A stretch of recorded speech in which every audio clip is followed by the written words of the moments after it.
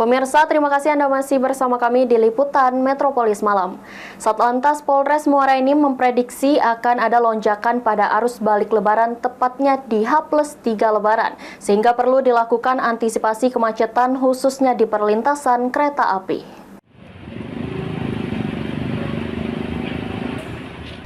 Saat ini arus lalu lintas di jalan lintas tengah Sumatera khususnya Kabupaten Muara Enim dilakukan pengamanan dan juga antisipasi terjadinya kemacetan, di mana Polres Muara Enim telah mendirikan 5 posko pelayanan dan pengamanan. Kasat Lantas Polres Muara Enim AKP Suwandi memprediksi akan terjadi kepadatan arus kendaraan untuk arus balik pada H+3, terutama di sejumlah jalur perlintasan kereta api atau pintu rel kereta. Diperkirakan titik kepadatan kendaraan terjadi di Simpang Belimbing karena adanya perlintasan kereta dan pertemuan arus kendaraan dari arah Kabupaten Pali Muara Enim dan dari arah Palembang. Kalau untuk arus balik, kita prediksi H+3 yang terjadi kemacetan yang ada di Simpang Belimbing, termasuk yang di Simpang Meo.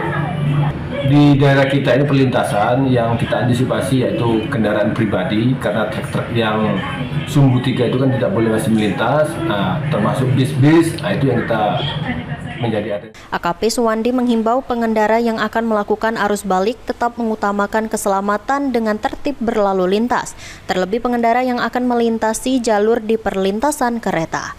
Mardiansyah, PAL TV.